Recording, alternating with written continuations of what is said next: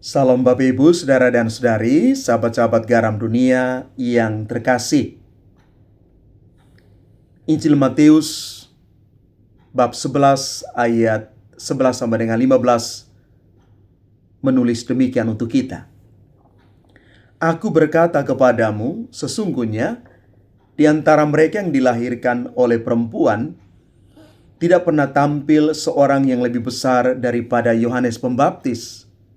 Namun yang terkecil dalam kerajaan surga lebih besar daripadanya. Sejak waktu Yohanes Pembaptis sampai sekarang, kerajaan surga diserang dan orang-orang yang menyerangnya mencoba menguasainya dengan kekerasan. Sebab semua nabi dan kitab Taurat bernubuat hingga tampilnya Yohanes. Dan jikalau kamu mau menerimanya, ialah Elia yang akan datang itu. Siapa bertelinga, hendaklah ia mendengar. Bapak Ibu Saudara-saudari terkasih, Yohanes Pembaptis adalah puncak dari era lama, tapi bukan akhir cerita. Dalam Injil, Yesus memberikan pujian tertinggi kepada Yohanes Pembaptis. Tak ada manusia yang pernah lahir lebih besar dari Yohanes. Namun dalam kalimat berikutnya, Yesus berkata, yang terkecil dalam kerajaan surga lebih besar daripadanya. Artinya, kebesaran Yohanes bukan karena prestasi pribadinya semata, tetapi karena ia adalah penutup era perjanjian lama dan pembuka pintu kerajaan yang baru. Ia melihat janji dari jauh. Kita yang sudah mengenal Kristus yang bangkit hidup di dalam janji itu. Apakah aku masih hidup seperti di luar pintu kerajaan, hanya mengagumi dari jauh, atau aku sudah masuk dan menikmati kebesaran yang jauh melebihi Yohanes Pembaptis itu? Kerajaan surga diserang dengan kekerasan. Kata Yunani biazetai bisa diterjemahkan dalam dua arah. Untuk melihat konteks ini, bagaimana kerajaan surga itu diserang. Yang pertama, kerajaan surga menderita kekerasan. Bahwa ada banyak penolakan, penganiayaan, dan lain sebagainya. Atau yang kedua, orang-orang yang berani dan tegas. The violent take it by force. Merebut kerajaan itu dengan segenap hati. Yesus memakai paradoks ini. Kerajaan itu diberikan cuma-cuma oleh karena anugerah, tetapi juga hanya bisa dimasuki oleh orang-orang yang berani mati-matian, yang lapar dan haus akan Allah.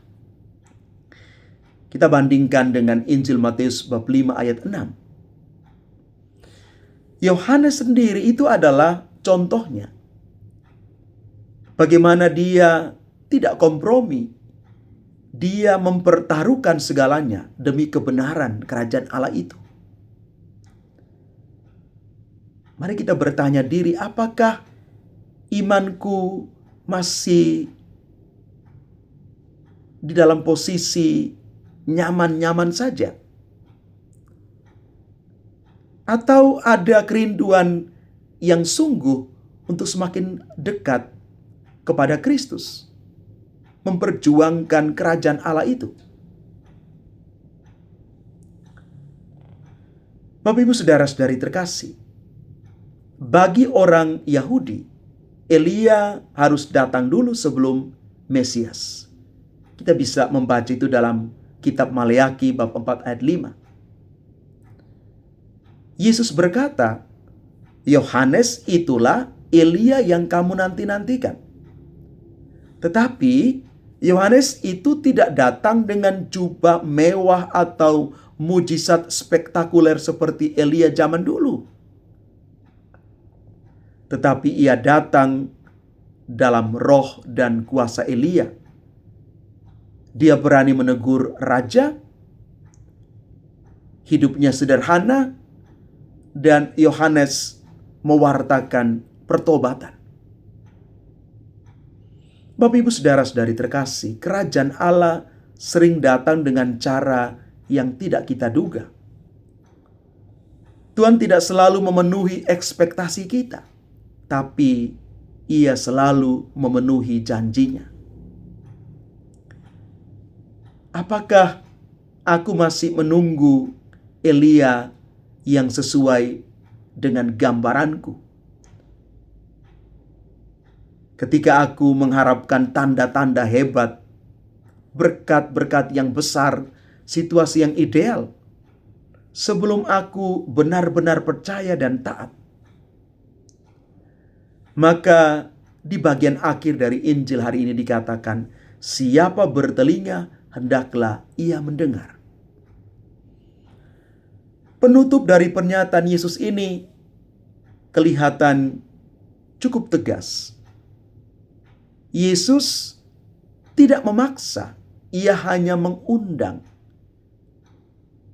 Banyak orang mendengar suara Yohanes, tapi hanya sedikit yang benar-benar mendengar suara Allah di baliknya. Maka hari ini pun sabda Allah itu sama untuk kita. Kerajaan sudah dekat. Pintunya terbuka lebar sejak kebangkitan Kristus. Tapi mau masuk atau tidak itu tergantung apakah kita mau mendengar dengan sungguh-sungguh. Mari Bapak Ibu, Saudara-saudari terkasih, saya ajak kita sekalian untuk berdoa. Tuhan Yesus, Engkau berkata, yang terkecil dalam kerajaan-Mu lebih besar daripada Yohanes yang agung itu. Ampuni kami, kalau kami masih hidup seperti orang-orang di luar kerajaan yang hanya kagum dari jauh. Maka buatlah kami lapar dan haus akan Engkau. Berikan kami keberanian seperti Yohanes, rela kehilangan segalanya demi Kristus.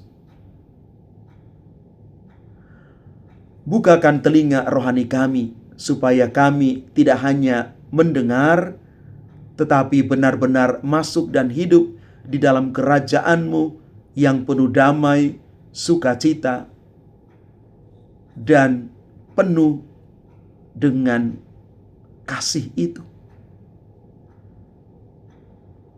Bapak Ibu Saudara-saudari terkasih, semoga permenungan ini membawa api baru di dalam hatimu untuk terus mengejar kerajaan Allah dengan segenap hatimu. Tuhan memberkati kita sekalian. Amin.